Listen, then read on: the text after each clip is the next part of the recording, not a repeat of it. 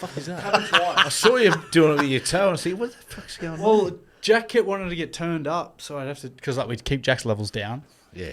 Right. Yeah. Tell him why. Hurtful, mate. Tell him why. You'll probably work out. He's like he's like a hermit that lives in the basement. It's like we only put the attic down. Fucking Quasimodo. No, it's Pulp Fiction. It's the Gimp. Yeah, it's a gimp in a suit. We only unzip his. Stephen Leonard. That's Speak his now. real name, the Gimp. It rubs the lotion on the skin. Or else it gets the hose again. Precious. Put the lotion in the basket. Don't you fucking touch her. You fucking touch her, I'll kill you. Jack, we're good to go. We'll leave all that in. Yeah, we Yeah, can may leave, as well. We can leave all that in. And we should leave the stuff that you were saying. But you were saying it too, kid. So we're both Actually, getting we could cancelled. probably leave most of it in. We'll just be like, you know, Yeah. I know you've got an image to look after, Jarch. Do you reckon it's an image worth looking after? Oh, just be careful, guys. Fitz and Whip might take offence. Of course, that's a joke. Got to excuse me here. I'm just coughing away, honestly. Mate, I've been crooked for the last week and a bit, so I fucking feel you. I just got dropped by something. Yeah. I'm feeling a lot better now. You haven't been well, have you? No. And then this prick just made me do a 1 kilometre erg. You ever done that shit? No, I haven't. Fucking don't do it. Yeah. Yeah.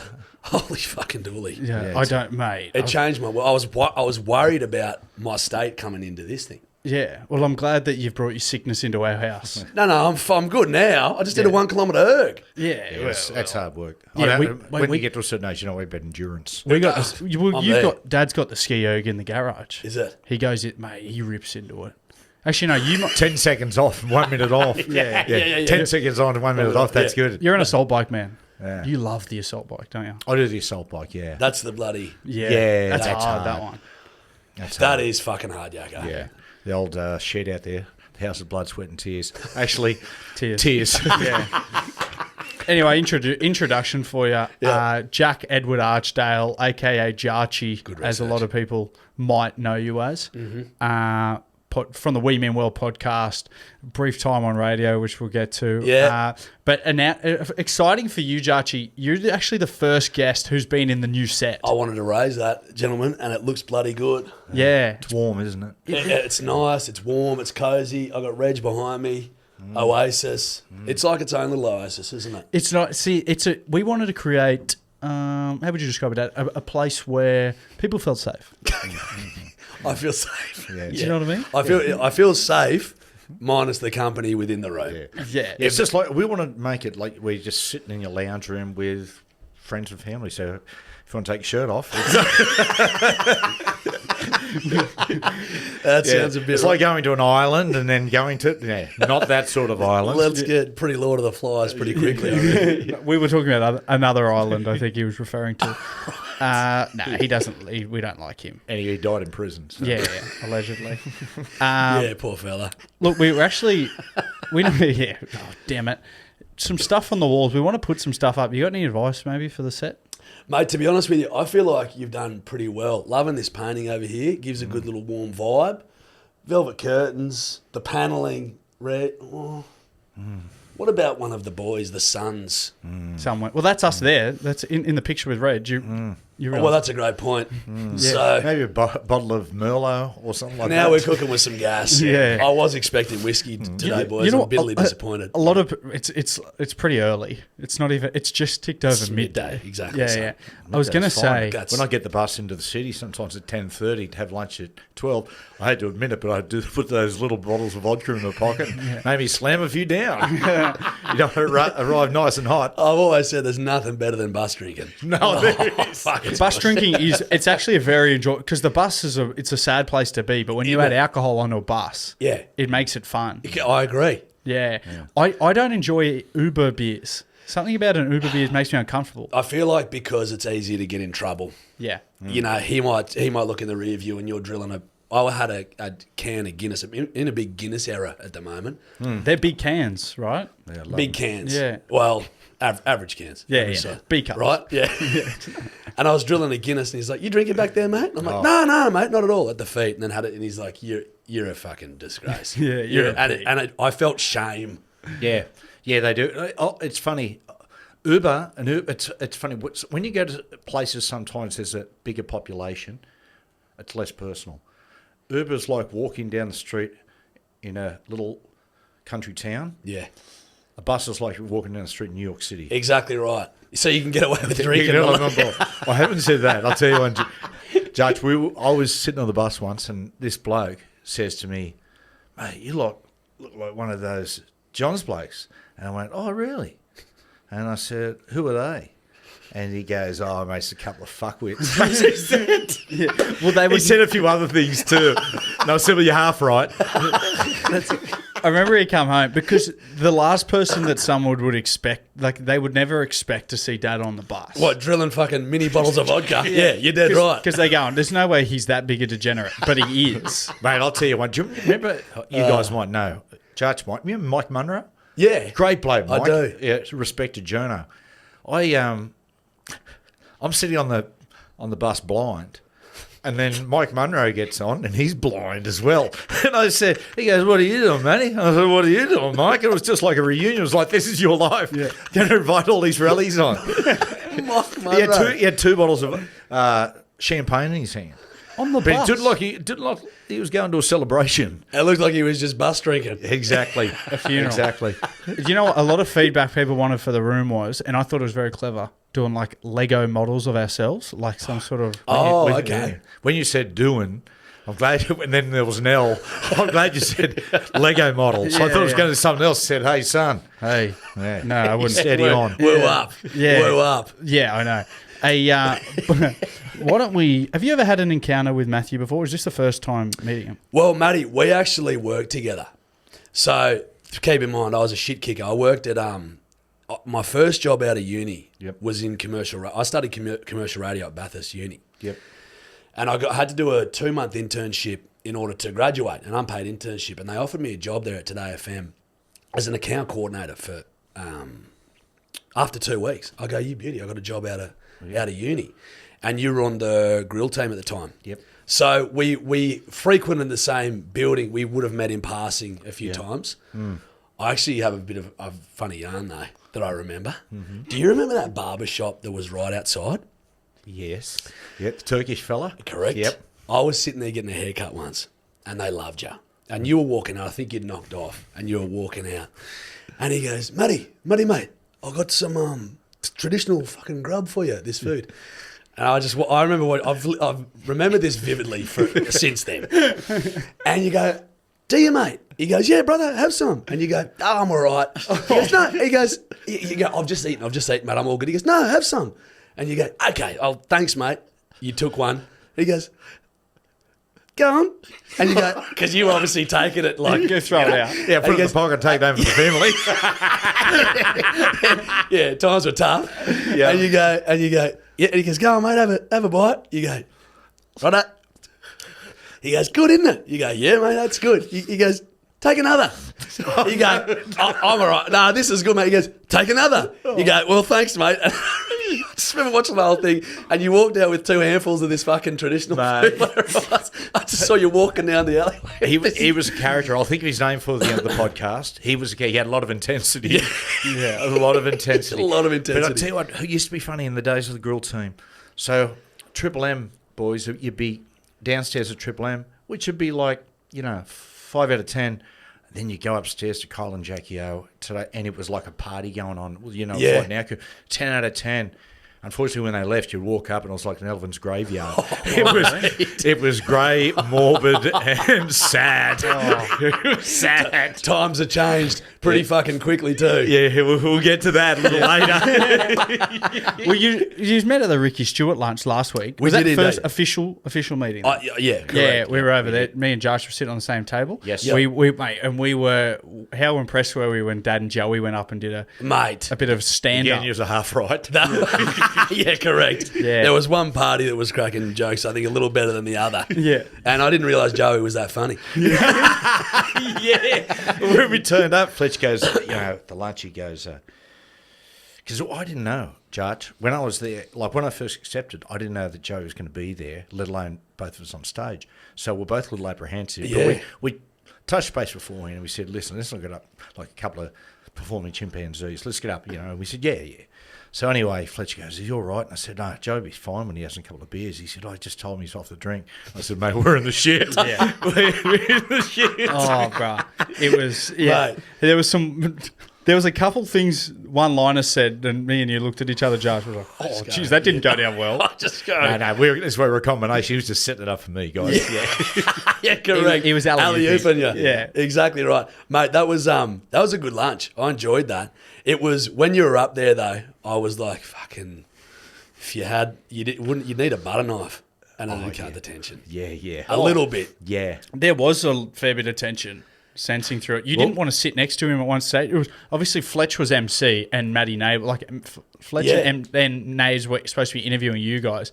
And I remember watching you when you first got up there, Dad. You and Joey were supposed to sit next to each other in the middle. You tried to push Naves to sit next to Joey, and then Naves just kind of pushed you back in, and then you sort of were forced to sit next to him. Mate, it takes a lot to make Fletch nervous and Naves apprehensive, but they were beforehand. Were they? Yeah, they were apprehensive. And it's funny because they both turned up for different interviews. They were doing the interviewing. They didn't speak to each other. So Fletcher's asking questions like, you blokes all right? Tell us about Mad Mondays and that. And then Naves at the other end of the spectrum going, fellas, tell us about your childhood. Yeah. I said, who's going to win this? We got the air conditioner on and the heater here. Exactly right. Yeah, two it's oil and water with those two kind of. yeah. Yeah. You're a league fan, but Jarch. I am a league fan. Who do you go for? Chooks, mate.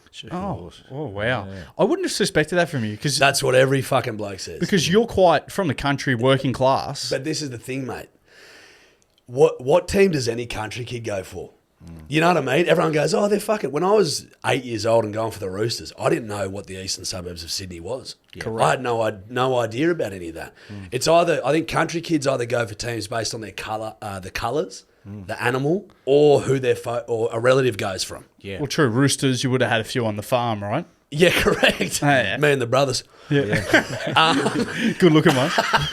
Well, don't go too Was your far. old man like a Rooster? Does he go for it? He's a Raiders fan. Yeah. My old girl goes for the Chooks. My uncle played under 19s East or something. So mum went for the Chooks. Yeah. Back in the 70s. So I just went with what mum went for. Yeah, okay. It's really funny now, like you go and see country kids, and the extra dimension now is the individual they'll go for. Suddenly, Tigers, when they won the comp and Benji was in, there was a huge number of, Tigers fans. Now, of course, the emergence of Nathan and this dynasty, every kid you ask who to go for the Panthers. 100%. That's a great point. 100%. It's interesting as well. When I was growing up, because I played union growing up. And well, thanks for the interview. I better duck off. Yeah. This has been good, boys. But it was it was strong. It was a strong code growing up. It was. Now it's no offense to the boys, it's essentially decimated. Yeah. And league reigns supreme. We didn't fuck with AFL at all, and we never have. It just wasn't in our culture. Yeah. It was union and league, and they were sort of neck and neck, and now it's just, I think it's purely rugby league now. Kids don't even know about rugby union, really. You see in schoolboys, it's quite still big in union. That's probably like almost the biggest part of union now. They want to make the Australian schoolboys and there's that. But most of the schoolboy kids just end up getting signed to league. They all go to league clubs after that because there's actual pathways set up. Well, the rugby league NRL clubs are so confident the kids won't switch. They send their best kids to Scots College and Joey, isn't it now? Yeah. Just go get a good education. We'll just pick you up when you finish year 12. Is that what they're doing? Yeah, a lot of them are, A lot of them are. Well, actually, I just made that up. Anyway. I actually don't know. Well, Suoliti and Crichton, they went to Scots. Yeah, they went to Scots. Yeah, well, Sully went to King's. Righto. Yeah, righto. Rich schools. Yeah. So it's true. So, you're dead right, mate. I just thought about it. What about you two blokes? How do you blokes meet? Grinder. Yeah. I set my age range up about 20 years. He loves a beer. Right down my avenue. Where did we meet Coops? We met... Volk. That's, Volkanovski. You're dead right. Yeah, we did a shoot for KO at Volk's gym. You're dead right. I could not have been more hungover. Yeah. That day. And we had to... we're going down to Wollongong. It was me and Lou, wasn't it? You and Lou, yeah. And we're going down to Wollongong to, roll with Volk. Oh. And I go, you beauty. And I just made a mistake. I just got too carried away on the Thursday night. Going to do a martial arts session with Australia's greatest when you're hungover, at my age as well, not ideal. No, and especially some of the stuff we were doing. Remember, we had to do everyone had to pick a song and had to do an entrance song. Remember that? It sends shivers down my spine. We were just going, I still kick the sheets thinking about that. Yeah, I still cringe at myself. Just going, what were you thinking? Like, we all picked a song and then you'd go out in front of Volk and he was just like clap you in and go, yeah, like it was. I'll give you a tip right now. And you would have learned it by now. You don't let the advertising people or the creatives ever come up with an idea. Oh, mate. Yeah, that's right. It's like they've been living under a rock. They don't know. They're not Seinfeld. They've got no idea. You just get there, and sometimes I'll turn up at shoots, and they've got this whole written thing that's what we're going to do. I said, no, that won't be happening. Yeah. No way. No way I'm going to do that. Yeah, I mean, but, Matty, the difference is you're at a stage in your career where that is much more plausible an option. It's called legendary status. Goat status. I get you, boys. Sorry, I forgot. I think sometimes you forget. Yeah, you do. I've just got to. I'll be here to remind you the whole way through the potty. It's taken me 12 months. There's been some ideas to get to legendary status. No, not to get to legendary. But and I don't say it as forward as him. But if there's an idea, I'll on the sly talk to someone I trust. Go, that's got to change because I cannot do that. Like that is just so outside my comfort zone. It's not even funny. I'm much better at pushing back now. Like, because a lot of the time, especially with brands, they'll give you these ideas and they go, I reckon that'll be good. I'm like, if I fucking do that, people are going to tear strips off me. Yeah, that's right. Yes. Correct. So you've got to be, you've got to kind of have a bit of nut and just be able to push back and say no. That's right. Well, I mean, it's like, you're a country boy and you get someone from, let's say, Point Piper who sits there who's a creative and they get this idea. He'll think this is going to be funny and you look and go, yeah, if I go back to the country after doing that, I'm going to be beaten up. So even ones where you turn up, like sometimes you get there and, okay, what do you got to go for, mate? You got to go for this. And you got to stand and say, g'day, it tastes great. And you look down at the thing, it's like 6 hours. How hard can it be? So I used to sit there for the 6 hours and go, now I go, I'm getting 53, I'm getting too old for this shit, as Danny Glover said. So I'll turn up and say, righto, shoot, 6 hours, boys. Tell you what, 45 minutes. And it's amazing. When you tell them you've got to be somewhere in 45 minutes, they get it done. They'll get it done. Yeah, definitely. Yeah, correct. Yeah, give them an inch and they'll take a mile. Yeah. Yeah, it's funny. That's funny. I guess the whole point of that is the bloke from Point Piper coming up with that thing, they're coming up for maybe like a country thing from the perspective of a bloke that grew up in Point Piper. Correct. And then you're going, that ain't it. Well, what they'll do is, and how many times do you see this? I see it bugs me when you see people who don't know about sport, particularly working class sports, and they decide to do a TV show or movie about it. And a person who plays, let's say, a rugby league player, talks like this. Bloody hell, mate, I'm thinking about going down to the pub and having 6 beers. I might have a pie after it. Yeah. What do you reckon, Bluey? Yeah. I've said to Blair Rissy, we don't actually talk like that. Yeah, some do. Some definitely do. But on average, if you've watched Footy Legends, which, have you ever seen that? Dad was the commentator in that. So it's the one where Arndo is the halfback. Yeah. And they play in like a nines tournament. Yeah. Mate, some of the actors that they got for it, they even make looking like a put down, like scoring a try, they even make it look awkward. I was watching it the other day and I was going, actors. Yeah, like literally. But credit to them. Like that is the hardest thing about sports movies, is getting, particularly physical sports like rugby league and NFL, getting that part of it right. Yeah, 100%. But natural exchanges on the street don't have to be, bloody hell, mate, just knocked off and had 30 schooners, But people, just talk normally. I'll tell you what it's akin to. It's akin to when Aussies go overseas. Oh, yeah. Say they might have grown up in Bondi, and then they get over to fucking Europe or America, and suddenly it's like, g'day, Gubba. They're the old bloody dog and me, mate. We've been together since I was fucking 13. How are you, cobber? What, you can't understand me? What's that, Ray Warren? It's Ray Warren. Yeah. Where you go? Yeah, I'm just going to go down to Manhattan, do a left on 3rd, we go to Hell's Kitchen and across to Soho. That's pretty fucking good. It is. Holy shit. Where in the country are you from exactly? So I grew up in a small town called Walcha, it's near Tamworth, about 50 minutes from Tamworth. You go to the Tamworth Music Festival, the Country Music Festival? Is that a rhetorical question? Yeah, no, it wasn't. No. Okay, sorry. I swear I'm off. I have to answer it. Yeah. Mate, I love it. We grew up going to it, and now it's I I love it. It's a lot of fun. I've heard it's good. That's I the haven't been. equivalent of you saying, where you're from, saying, Collaroy. Ever seen the ocean? Well, not really, because he doesn't have to go. It's a choice. It only happens once a year, brother. It's a choice to... Oh, gee whiz. Okay. Sorry, mate. Sorry, love you, son. Sorry, love you, Dad. What have I walked in? He gets so angry. Sorry, I don't like. I saw you just curling up and getting in a protective fetal position there. I was about to get my belt off. No, Daddy, no. We did Star one night, Star Casino, and I said, I'll introduce you.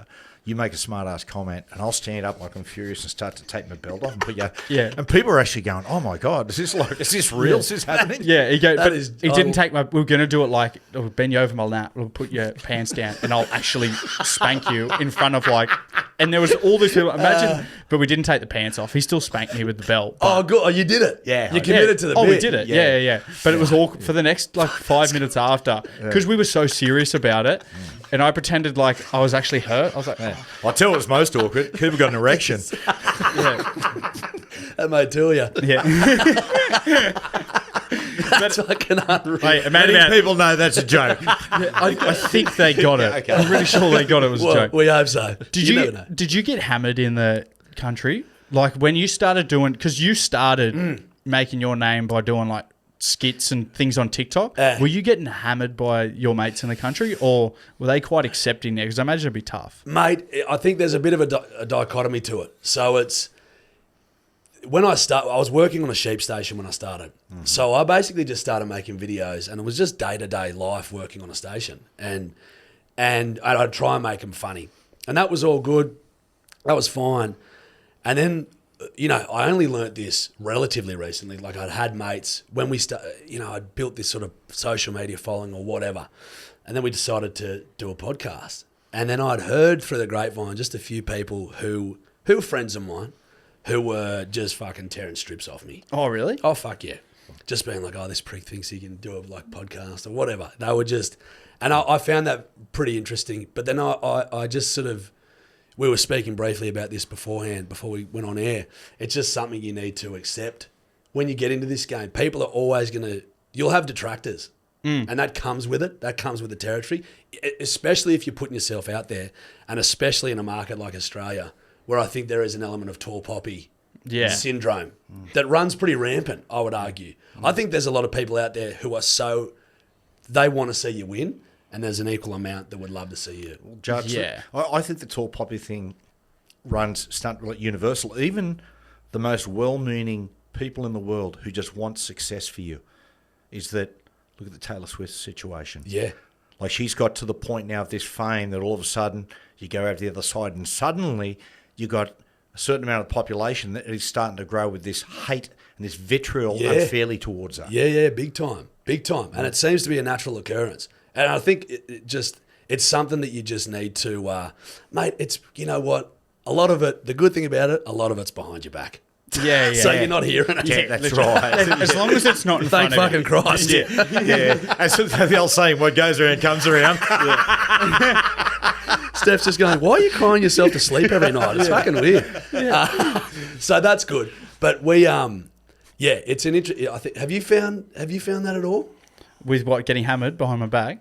Yeah, well, for lack of a better term. Yeah. Literally. Yeah. You know, mate, doing the radio show, you're doing good. You're making good moves. Have you found any of that? Any sort of comments? Oh yeah, but you know what I found? Listen, look, I've had to put up with it when I was playing footy, even more so than now. Fair. So I've dealt with it for a while. To be right now, putting myself out there in like media and stuff is actually 10 times less painful than when I'd go out on a set like and play and then get hammered. Fair. Because you get blamed for if you go in as a halfback in a side where, and in my case, I would go in and back up if Munster was hurt or Jerome Hughes was hurt, the two best players in the comp at the time. Yeah.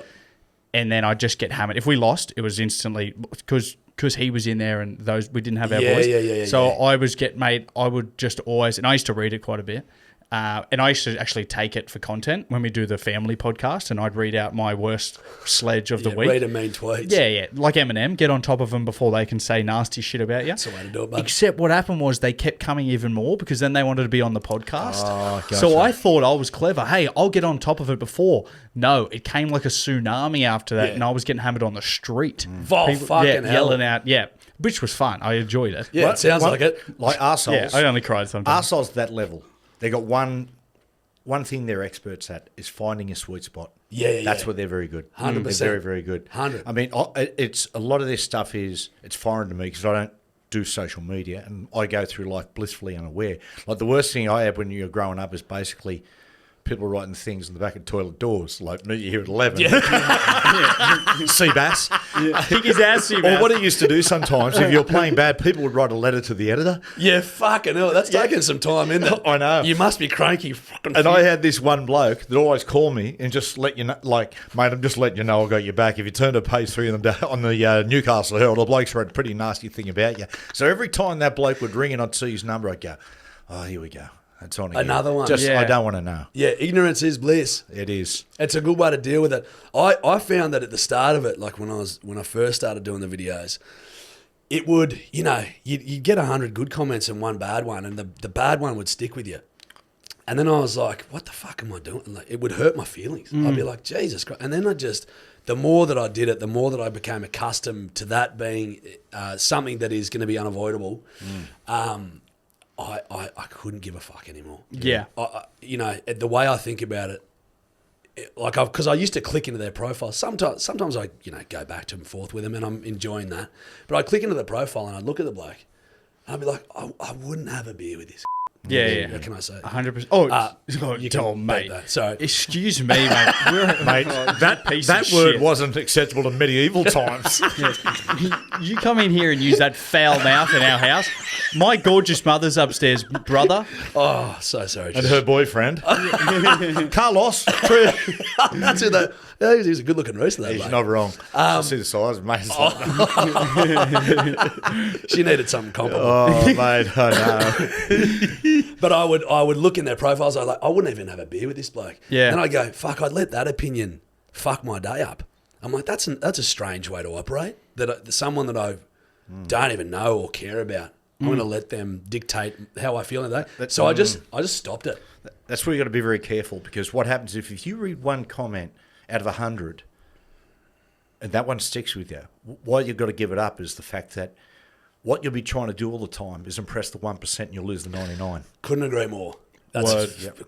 put so well. Yeah, You're dead right. That's what happens. Yeah, it is. Yeah. I remember I'm trying to remember who exactly it was. It was an actor or like an artist, and they come out and they said, I would get all these comments on posts, and I got one really negative one time, and I bit back and sprayed him. And this lady who comments on all my stuff for years, been to every one of his shows, commented, I comment on all your stuff, message you all the time, and I've never, ever... Sorry, what was that? Guy. Oh, sorry, Jack's just yelled at. It was Guy Sebastian. And he said, I comment on all your stuff, and she was like, you've never replied to me once.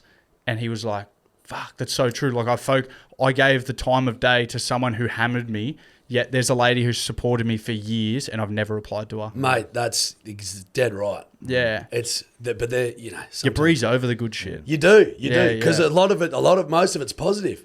So it's sort of The Barbara Streisand rule is that what happens is, and by commenting, you're shining a light on it. Now, Barbara Streisand had this amazing house. I think That's it was right. Yeah, in Malibu. It might have been a huge one. And a paparazzi went and got a photo. So she took the paparazzi to court. As a consequence, millions and millions of people, she shone the light on it. And then just... You're dead right. Wasn't it her mansion was on some fucking website where there was 1 million mansions? Yep. And it was they were taking photos of satellites with satellite or something like that. That's right. And then she said, I don't want my fucking house in this website. No one would have known it was her house until she said, that's mine. Shine a light on it. Yeah, I've heard about Shine that a the other light. day. Shine a light. Shine a May the little good light on Lord me. Shine a light on you. Did you see that video of Dad singing the other day? It just breathtaking. It was. Matthew. Yeah, tell you lots what of good feedback. Tell what happened, Jarch. Including I imagine kind too. Yeah. But you know what happened, Jarch? I just come from a concert seeing the great Dionne Warwick. Yeah. Right? Of course, Dionne Warwick, who walk on, like, I know, you're laughing. She sung Walk On By and Heartbreaker, which Barry Hibb wrote for it. Some of the greatest songs of all time. Wow. And then I went and watched it and I come home and I was just inspired, thinking, man, have I wasted my life, on being a television star and a rugby league icon? Maybe I should have been a singer. And then I walked in and Cooper's strumming away and I thought, you know what? I might give this TikTok thing a bit of a go. Well, can I give you the hot tip? Yeah. You made the right choice for footy. What, no TV? Yeah, you brushed his TV. Yeah, through sorry, mate. That was intentional. Can just I to ask see. you? I've had a theory on country people for a while. Yeah. Oh, I hang on, wanna don't run go it past you. there. Yeah. Our cousins are attractive. Get over it. Yeah. So they're siblings, your parents, right? No. No. I wanted to say the names that come out of the country, I always find very common, strong names. Mm-hmm. You coming to the city, did you find everyone in the city, they strive to have their kids' names as unique and like one of one? Brother. Do you always think that? Yes. It's Yeah, annoying. I do think that. Yeah. I reckon, you know what's a good name? Fucking John. Yeah. Fucking Keith. William. Keith. Greg. Gary. Gary's. Matt. Cooper. Jack. Jack. Jack's You a know? sweet name. Some of these actors Yeah. who name their kids and you go, God, there's a schoolyard. Oh, brother. They're going to walk into. I know. Correct. That's the thing. Apple. And they think, I named this kid this sick, unique name. No one's got it. Brother, there's a fucking reason no one's got it. Yeah. Because it's shit. This is Twinkle Dust. It's like, yeah. Like Elon Musk's kid, like BP Servo. It's a fucking formula. Yeah. Michael Jackson's kid, Blanket. They just going, mate. brother. Yeah. Oh, mate. And I get Jesus. so angry. Yeah. Look, there are things in this world that they'll rile me up to like an unnecessary level. That's one of them. I think about it all the time. And then, even with me and my misso, we're getting hitched in a few weeks, and then we're like, let's crack on with Rugrats. Like we're ready to go. You're ready to go. So, yeah. And something which means I get to have sex. Yes. Oh, for the first time? Seriously, man. Oh, that's going to be fun. I hope so. Let me know how it goes. I will. I'll FaceTime you during. There's a reason why there's one rooster and 30 hens. Don't do it, brother. Don't do it. I've done it upstairs and in here. Don't do it. Just trust me. Thanks for the warm words, mate. And even Steph, she was dropping some girls' names. If it's a girl, she was like, "What about this? What about that?" I said, "Darling, it seems a weird thing to me that people have stopped calling their dogs dog names and they're starting to call their kids. There's dogs called Gary and kids called Rover. Yeah. We fucking swapped. Yeah. That's a good point. You know Yeah. what I mean? The real, Gary and Keith, Bill, they're actually the dogs' names. That's what now. dogs are called these days. Yeah. Graham. I heard a bloke calling his dog Graham the other day. His dog took off. He was going, Graham, which I thought was the funniest fucking thing I've ever heard. Well, in the mid-'80s, I had a cat called Phil. Yeah. Filmer. I used to do sprints across the road at the This is quite an incredible story. Is it? Yeah, it is. No, it is. You told her that Ricky Stuart lunch. So I'm pumped to hear it again. Yeah, I same. actually, Sorry. We're gonna Spin it. We will act like we haven't heard it too. Go. I actually would love to So I hear had a it. cat in the mid-'80s, people, white chinchilla called Phil, and I wasn't actually the fastest. My foot speed, my turner speed wasn't No, we good. knew, yeah. So I went across to, We watched. got a pair of spikes, went across the tech college and was doing sprints. Anyway, my cat and Phil and I were pretty close. Animals love me. Women adore you. Anyway, so I started doing sprints. One day, Phil just crossed the road, come across, and we'd race together. That's fucking bizarre for a cat. Isn't it? I know. And mate, we'd do a sprint, walk back. He'd walk back with me, and we'd sprint. And as you know how quick cats are, when I could beat Phil, I knew I was ready for the NRL. Did you actually Don't worry beat about him? you, Brett Mullins. Yeah, I can beat Phil. Yeah, I just I can knocked make Phil it big off. there. I can make it anywhere. Yeah. Now, we've been teasing this a little bit, Jarchy. I Yeah. want to get to your days at 2 Days, selling in the sales. Yeah. You spoke about your saw Dad having a haircut. Why sales? That's what I want to ask. A country boy coming to the big smoke. Mate, it was literally just because they offered me a job. Okay. So I fell into it. I was doing commercial radio. I'd had aspirations to get on air. I didn't know the path. You could smell the gum leaves on me when I got in. Never had sushi. fucking... You'd never had sushi? Never had sushi. So I got here when I was about 22. And I just... mate, I was doing an internship and they offered me a job. And Dad was always like, mate, if you can get work out of uni, you beauty. And I saw the job and I said, fucking awesome. And I think one of the main things I regret, I remember speaking to a producer. Remember Jamie Angel? Yeah, mate, that was Dad's boss. Correct. Do you remember I used to do a Jamie Angel character all the time? I do remember Who was that. he was a cocaine sniffing, meth smoking lunatic. He used to go all the time, oh, mate, listen, I don't think the audience like that, talking about me. I said, the audience love it. And You they don't know like who it. you are. Yeah. Mate, he so I was interested in getting into the on-air side of things. Yeah. When it was producing, whatever. Just wanted to weasel my way in. But I also had this inherent country fucking feeling in me that they'd given me this job. I need to see this out before I felt like I was betraying them. Yep. Which in hindsight was a silly way to feel. That comes with age, I suppose, and experience. So I remember speaking to Jamie Angel at one of these drinks. He was from Inverell. And so I sort of bonded with him. Like, fuck, I'm from Walcha, mate. Like, we're from around the same traps. And I said, I'm actually interested in maybe your side of the fence. And he said, mate, come and have a chat to me and we'll figure it out. And then I was a bit conflicted. I was thinking, am I, betraying these guys who have given me a job? Like, should I go and chat to him? I'm not sure. So I never really went down and yarned to him. And it was at the Acras. And I saw him for the first time. And I went, Quite recently? fucking years ago. Yeah. This was when I was still working at DayFM. I go, Jamie, mate, how you going? And he goes, who are you? And I said, Jack Archdale. I said, remember I was going to come and have a chat? He goes, too late, bad luck. Turned around and walked away. Did he? It rocked me. I was like, holy fuck. I was like, holy fucking I've been angeled. Yeah. That's right, because the character of Jamie Angel, he worked. It always when you used to cross to him, he was announcing for Inverell FM. No, it was Wheat FM, Inverell. Inverell's second favourite station. That was Huey Lewis and the News. Take a break. Angel. Send me an angel. That's the back song. Yeah, that's right. That made me feel a lot better, don't worry. Did you knock around with a lot of the personalities at the time who were on Today or Triple M? Not really, mate. We were mate, I was in data entry, so I wasn't even selling. You were just putting the data I in. was putting the bookings into the system. And I did that for about 2.5 years. Yep. And then I was like, oh, fuck, I'm a bit over this. And so I went and became a logistics manager for a furniture company. How was that? That sounds fun. I actually loved it. Did you? Mate, I was working in a warehouse by myself. I just had to build furniture, fucking make sure the orders got out. I was there by myself, mate. And I'm like having a grand old time. Yeah. No stress. No, a lot less stressful. I found, look, I'm not great at the attention to detail stuff, so I actually found this data entry thing, I would be fucking up a fair bit. Yeah. And that would cause a great deal of stress for me going into work. The Sunday scaries for me, mate, were horrific. Oh, really? Because I just knew I was going to go into a shit show that I'd created. You created them on the Friday and you go, you know what? That's Monday Jack's problem. I used to say it, Future Jack's issue. Yeah. And then Future Jack would go, you fucking dickhead. Yeah. Now it's us. Yeah. Anyway. But look, I enjoyed it. I worked with really good people. Radio stations are a fun place to work. Yeah. I got to do voice work. I got to do different things, which was a cool part of it. Yep.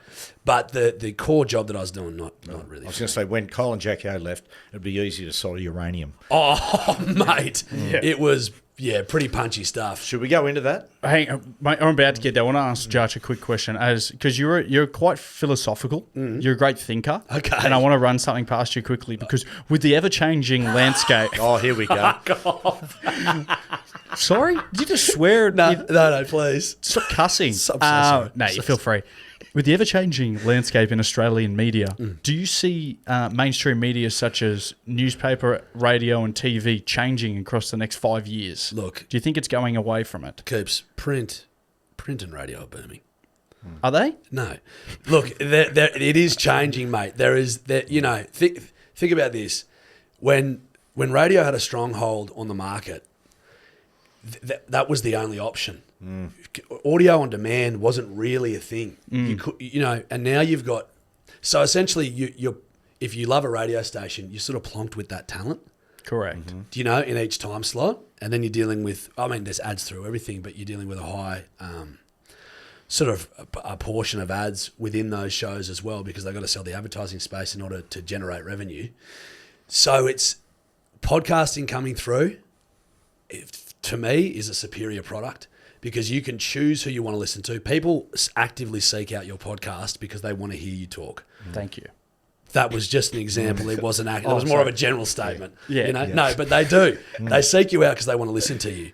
Whereas if you're on radio, that's you're pushed upon the audience. Yeah, You're seeing it at a music festival as opposed to exactly right. And I think with TV, mate, I kind of miss the days when we had the TV guide and it was it was kind of simpler. I think being spoilt for choice, which we are, makes it fucking harder. Mate, I sit on Netflix for an hour trying to pick a movie. It's shocking, mate. You know? And I bloody remember you go to Video Easy and you get 2 overnighters and 3 weeklies. And I've said this before. And you'd sit down as a family, you'd watch the movie would end, and you'd go, that was fucking shit. Yeah. But you'd watch the whole thing. Yeah, you would. Yeah, you'd go through. You know? Yeah. And it's funny because, the old man would bring back movies like Shocking Asia. That'd go over the voice. No, but movies like The Deer Hunter when I was a kid, they would have never have watched. But when I look back now, I go, wow. Yeah. Like one of my favourite movies of all time. Yeah. But, I'll tell you another one, Jarch, which was really interesting. Working in commercial radio.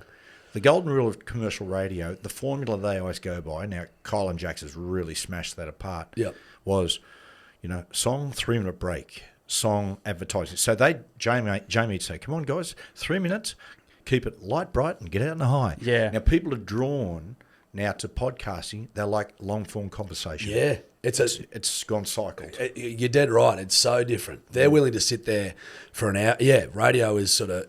You get that quick fix, and then you're back to the song or the... That's right. Okay, we're going to Van Halen. Now more Van Halen. Now Guns N' Roses. Pearl Jam. Triple M known for mixing it up. We put the burn into Jamie. No, good fuck him. I've never forgiven him. Jamie Angel, Weed FM. There's more as you lose on the news. Power of love. Angel. Okay, Matthew. Now, let me just introduce Matty's segment. He's got a segment, Jarch, called Tough Talk. Love it. So he writes all these questions himself. These are the hard-hitting questions. Cool. All right? You may have not have been asked these sort of questions by hard-hitting journalists like Matthew before. Holy shit. But you have to answer them. And if you don't, there's consequences. Yeah, you do. Kisses. Yeah. We've got the Bobcat waiting out there to chew your face off. Don't talk about Trish like that. Or chewing your face off.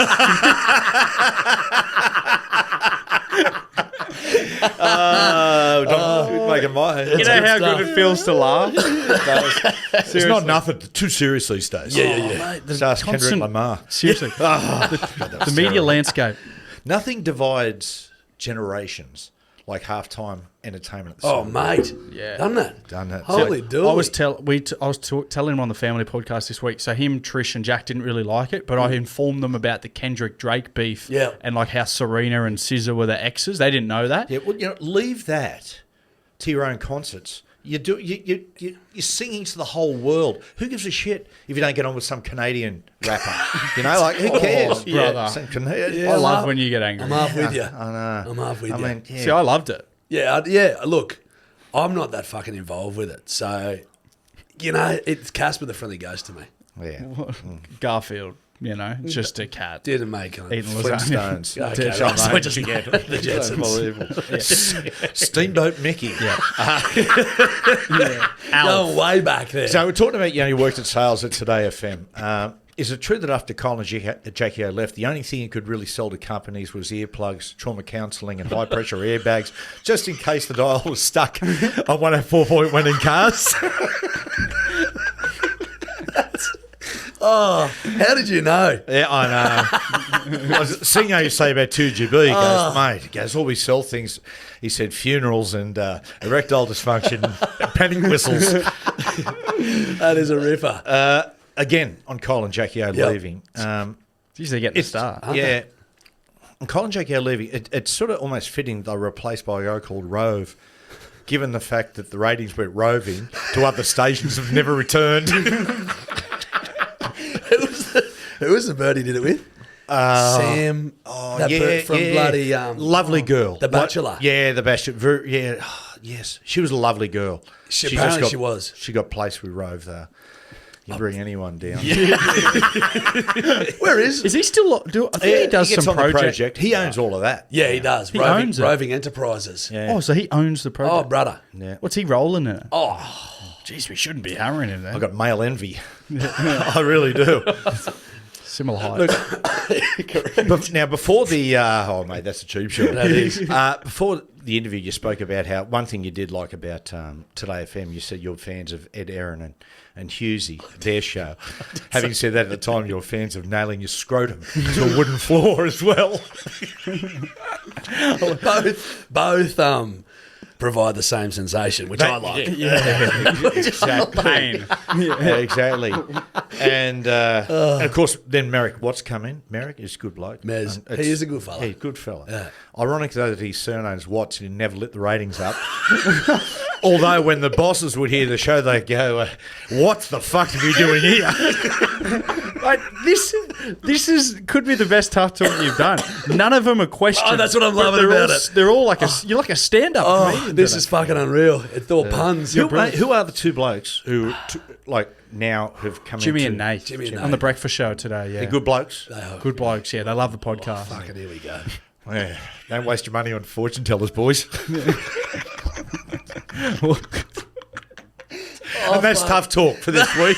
Brilliant, love it. Not a single question in there for Jarch. Sorry. They're all rhetorical. I preferred that. I love it. Oh, Mate, I'm telling you, that's brilliant. that's got me going. How long did it take to write that up?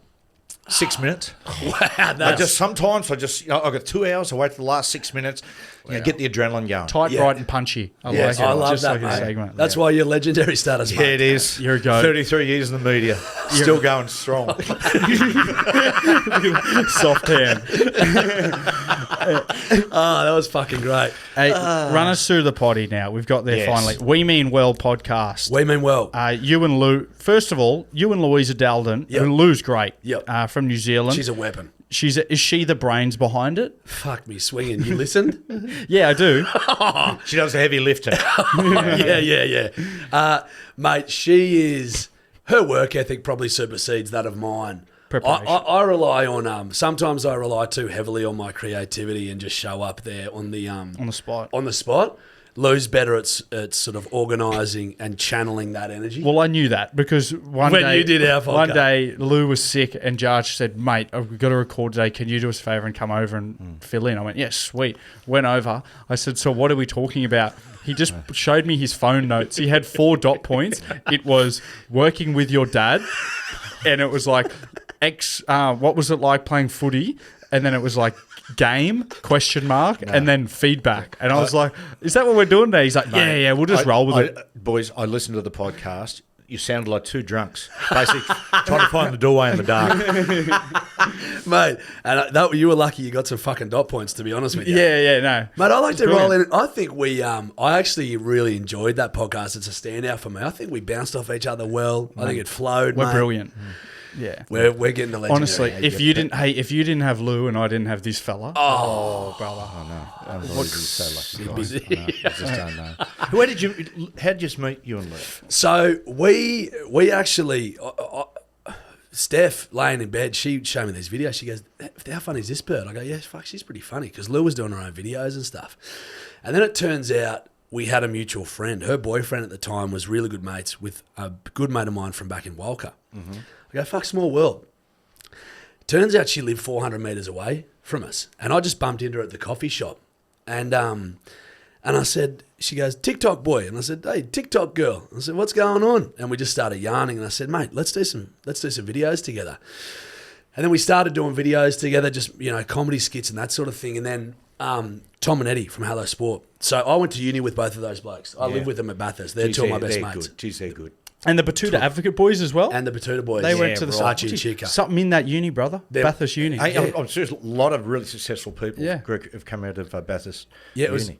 I was trying to think of it. As I was doing it, it sounds like we're going to come up with a punchline, but an amazing amount of people have come out of there. It was surprise. Yeah, we were surprised that anyone from our mob has done anything of note. Really? But those two, as you know, super successful with their podcast. And I was one of those blokes that was always, "Oh, fuck, I've got this thing. I want to do Great Australian Yarns and I want to do this podcast and fucking great idea." And I did, at this wedding one day, and Eddie just tore strips off me. He goes, "Can you shut the fuck up?" He goes, "Mate, you have been yarning about this for that long." He's like, "You've done fuck all.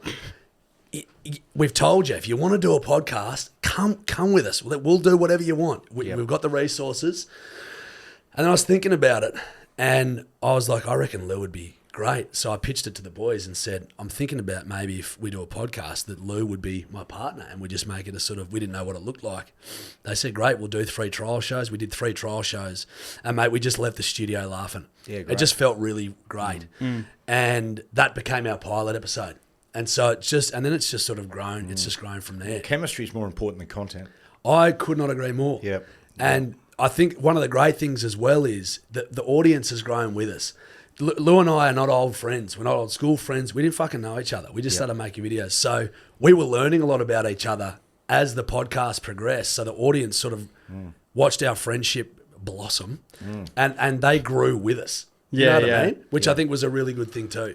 I'm curious about this because, like with the boys, like it's a little bit like I've a couple of angles here. You know, playing sport alongside my brother, halves we work in partnership. There were times we had massive blues on the field. Yep. Times we were over each other.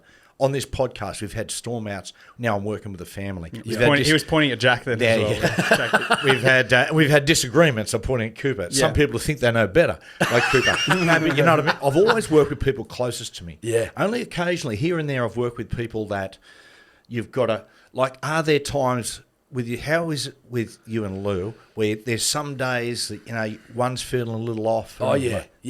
It, I'm a bit of a shutdowner. So if I'm pissed off, I tend to shut down like a robot. And she is good, just like Steph, is good at forcing me to talk through it. Through it, because I'll just be like, fuck this. You know, and it's happened very rarely. Yeah, right. Lou and I have actually never had a huge blow. Yeah. We've had minor disagreements that might leave us leaving the podcast studio a little off each other. Yeah, right. But we've never had a full blown stink, which is, I think that speaks volumes to the chemistry that we've got and the friendship that we've developed. That it just seems to work, and we're sort of on the same page with most of the stuff that we do. I'd hate to be on a different page to her on everything that we do, and we're just constantly butting heads. But we just seem to be on the same page. So that alleviates a lot of that potential stress. You know, because I think if you have pure creative differences with someone that you're in a creative field with, that's where the stinks are going to start. Yeah. Yep. You know, if you see the podcast going this way and I see it going that way, we're going to connect and butt heads there. But we seem to have the same trajectory. What I love about you guys is like, but we lean into it as well. Dad's TV show, you guys lean into it as well. You don't try to be like a traditional like, like it's highly produced, and if shit starts going wrong, you just lean into it and you just go with it, and just like if you might argue with Lou about something and then it just ends in it's your podcast, you're just screaming at each other basically and just venting live on the potty, which we do. And I think that's the best part of it. I think it's because it's a level of friendship that we can do that, and we know that the podcast, our main thing with the podcast, what we've found. And I don't know if you've seen this, Matty, especially with the inception of social media. It just seems to me that it's made things fairly divisive. Everyone's opinion seems to be the most important opinion. Their opinion is the most important, and everyone has differing opinions based on their life experience. And I just see it like, you know, fucking one more person from Love Island tells me who I should vote for in the next election. Oh, shut up. You know, I just think that sometimes it's like, there's too much of that. So we made a concerted effort at the start of, before doing this, where we're like, we're never going to do anything really political. I think there's enough of that. There's enough of that in the media as it is. Let's just try and make people laugh for an hour. That's right. Let's just try to do that. Yeah. You know, not to say that we won't get behind causes or we'll do, you know, we can do that. But just in terms of the divisiveness, we just wanted to remove ourselves from it. And to be honest, you're kind of the black sheep in media, I think, if you take that approach. Yeah. I think people are just bored with it. It's like you hear people, you said about that, you know, people going, I heard a person the other day say, I will never ever vote Labor. I thought, geez, I hope Jeffrey Dahmer doesn't go Liberal. You know, like, but you're spot on. The phrase you used to hear all the time when I growing up as a kid that you never hear these days is, you know what, you make a good point. However, can I just it's the civil discourse seems to be something of the past, where it's just people just scream opinions at each other, and then never take anything in. No. I like to think I'm not a smart man. I like to think that I'm malleable enough to be able to hear differing opinions and then formulate a judgment based on what I've taken in. You know, because fucking hell, I'm not going to solve cancer or cure fucking any problems, or you know, I'm not gonna. I'm not that guy. Yeah, what a It's a shame because we brought you here because I got this lump. You've had it the whole time, mate. Thanks, Impressive. you sold me a dummy there. What I was saying was, the thing I hate most is when somebody gives their I might say my opinion, they go, no, I don't agree with that, and give theirs, and I go, oh, okay, like why? Or like try to understand their perspective, but they give me zero, like they just go, oh, I believe it, like that's and I'm like, well, can you just elaborate a little bit so I try to understand it? Yeah, I think I hate that shit. That's probably a fairly common way that people sort of interact with each other these days. I think. Yeah, it's just it's just a bit fucking repetitive, mate. To be honest with you, Yeah. I love nothing more than laughing. Oh, that's right. So that's why I think I'm the luckiest bloke in the world. It's now my job to go in and sit with one of my best friends and just try and make each other laugh for an hour. Yeah. And that's the gig. I just really love laughing at people. That's really why you Stabbing brought them me in the in. back and then laughing at them as they turn around and realise it was me. Yeah. As they're slowly bleeding out. Yeah. No, that's a little sadistic, Matty. I will be honest with you, but I respect it. That's Matty John. That's Matty John. If you want to be stabbed by someone. And then you just lean down as the light starts to fade, and you lean down, you go, they'll never fucking know. Do you know, They'll never believe I heard that. this story once, right, which I love this, right? When Elvis, a lot of Elvis's great mates, when he passed, he was laying in his coffin, open casket, and only a certain amount of people were allowed to come and see him. And James Brown arrived, and James Brown walked up, the great James Brown, leaned down at Elvis, and they thought he was going to kiss him and went, I win. That's dark. That's heavy. Oh, that's fucking piss. There's also a great James Brown impersonation too. I feel good. That is good. I feel like I was. I've actually never done one. Where he's off his chops that time. Living in America, it's man's world. I feel good. He's got some of the great coked up performances of all time. Oh, man. Even on news interviews and The one on where he's got the glasses on and the mate, lapels. he's mad. Oh, man. I can't believe, that he fucking outlived Elvis. You love while we're on impersonations, you got any for us? Because when you have got an immaculate ear for replicating noises. Well, I've got one that I've done on the potty before. I can do a bit of James Blunt. Oh, yeah. That's a weird one. It is odd, isn't it? Yeah. Okay, you ready? Go on. I haven't done this for a while though. Hold on. Are you singing? I'll sing it. Oh, okay. She said to me, go steady on me. Won't you tell me what the wise man says when they came down from heaven, smoked 9 till 7, all the shit that they could find, but they couldn't be saved from you. Keep going. Couldn't be free of you. And now they know there's no way out, and they're pretty sorry now for what they've done. There were 3 wise men. That is very good. I'm sitting there Who's thinking, alone now? Great. It's a good song. I Wise think, man. I think if something happens to the podcast, you could be a very good James Blunt impersonation. I don't know if anyone will turn up because there's not many James Blunt fans out there. No, there is. Is there? There's plenty of James Blunt. I'm a James Blunt man. Right. Yeah. I'm a Blunt man. I put him in the thing I'm a of- Blunt. I put him in Chris Martin, James Blunt, the bloke. Who's the bloke in Maroon 5? That turd? Adam Levine. Levine. What a turd. He hates Adam Levine. Run me through that. When he took his shirt off at the Super Bowl at Atlanta, I reckon you take your shirt off if you've got a dad's body. If you've got a shit body, then you take it off and people go, yeah. But when you know you're ripped, you look good and you take your shirt off, you go, Well, that's a bit harsh because what's the point of getting ripped if you can't take your shirt off? it's just, it just shows you're vain. Yeah. You know what I mean? I love big fat slobs. Well,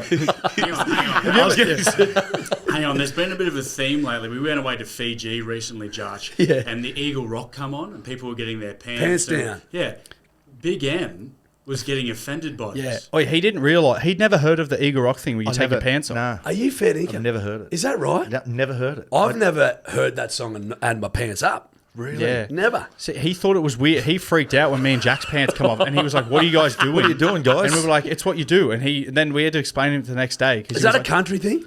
No, I wouldn't say it's because you're doing we did it. Yeah. Maybe it's a phenomenon. See, Jarch, there's a few things at the moment. I think the eagle rock with the pants down thing, I don't get it, but, the people, it's a thing for a long time. Yeah. I think, here's another one, want your opinion. Yeah. I think Sweet Caroline needs to be flushed down the toilet for another 20 years. Oh, I know what you mean. Yeah. Dun, dun, dun. Yeah. The whole crowd start, when I see it on ads, or I see people start to see it in the pub, I think to myself, oh, mate, you're too late to the party. Listen, You've missed out. I'm half with you on that one. Yeah. Half. Well, What does that mean? Well, if I'm fucking blind and she comes on, I'm probably building the bastard. Come on, mate. Labor or liberal?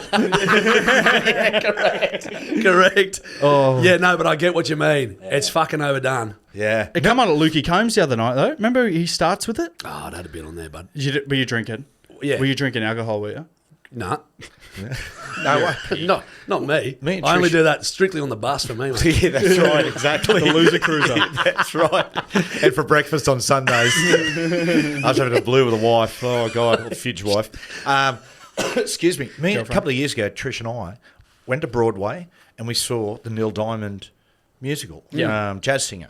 And it was unbelievable. And it was like peaking. Then all of a sudden, literally, the bloke he's playing goes, oh, my God. He said, I've just got a WhatsApp. Can we put it on the screen? And it was Neil Diamond basically sending his congratulations through to hearing how good it was. And they put him on the big screen. He was talking, right? So he's like, hey, guys, it's Neil Diamond here. And why does he sound like Christopher Walker? No, I like it. He's, hey, guys, it's me, Neil. And everyone's like, this is fantastic. And after about 8 minutes, everyone's going, oh, fucking hell, mate. Can we shut this old bloke down and get back on with the musical? Oh, he kept talking. And, I come up with this concept and talking about it, and everyone's going, oh, no. Like, how is this going to end? Mate, that's fine. I've got a similar theory about wedding speeches. Oh yeah. Fucking shout out to Jerome Luai. Yeah, what a rip snorter. What a rip snorter. Oh, yeah. Holy. Give me a yeah. Give me a yeah. He was doing crowd work. Yeah, what the fuck happened? Yeah, that was special to watch. That was the greatest. Yeah. What's your theory? Sorry, Joe. Well, I called up my best man the other day. I said, mate, we're doing 5 minutes and under. Each speech. I said, there's a few people talking, and we're doing a bit of a stand-up affair. So I said, let's keep it 5 and under. Speaking to my MC and celebrant yesterday, Corco goes, yeah, about toes, mate? And I said, no. He goes, fucking little weasel. I said, what? He goes, as soon as I called Toby and said that, he's called up my mum and said, Janelle, Jarch has just told me that it's 5 minutes and under for this. But I can't do it. She's gone, Toby, don't listen. You speak for as long as you want. No. Why does he sound like that as well? That's just how he talks. Oh, What is he, an elf? That is torture. Yeah. No matter how much you love the bride and groom, to listen more 5 minutes, mate. I've sat through one that went for 37 minutes. I got up and left. Mate, I went for a drink and a fucking... Trish and I did recently. There was one where people clearly trying to outdo each other, and it got to the point. This was hour and a half in. We just went. That's fucking... Had to sneak off. That is insane. Yeah. I was emceeing one recently and introduced the dad of the bride.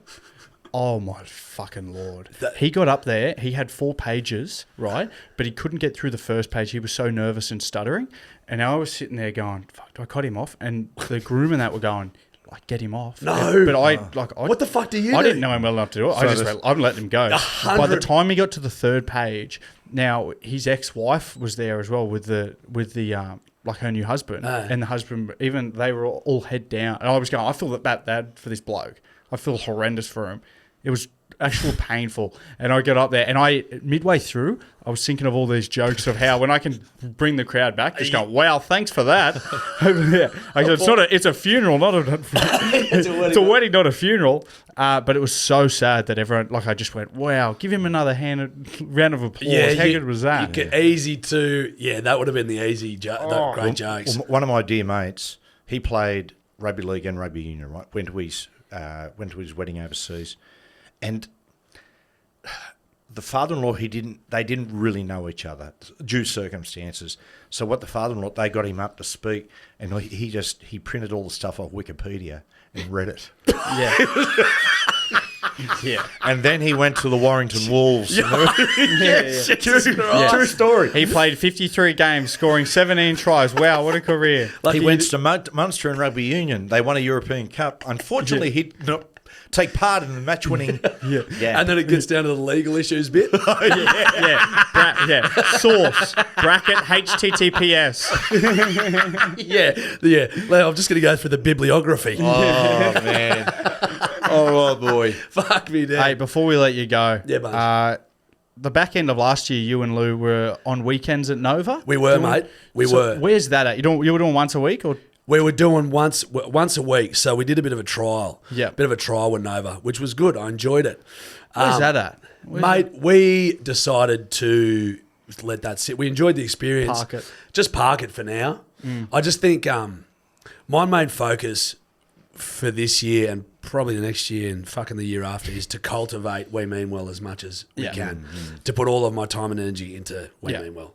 So whilst I love the experience, I actually truly enjoyed doing radio. Yeah. And it was a bit of a full circle moment for me. That was kind of what I wanted to do coming through uni. That was my intent at university. So having my own show, having the photo there, I was like, this is cool. Yeah. But it's just a timing thing, mate. And I just really want to focus on making We Mean Well the best shit podcast that we can make it. Yes.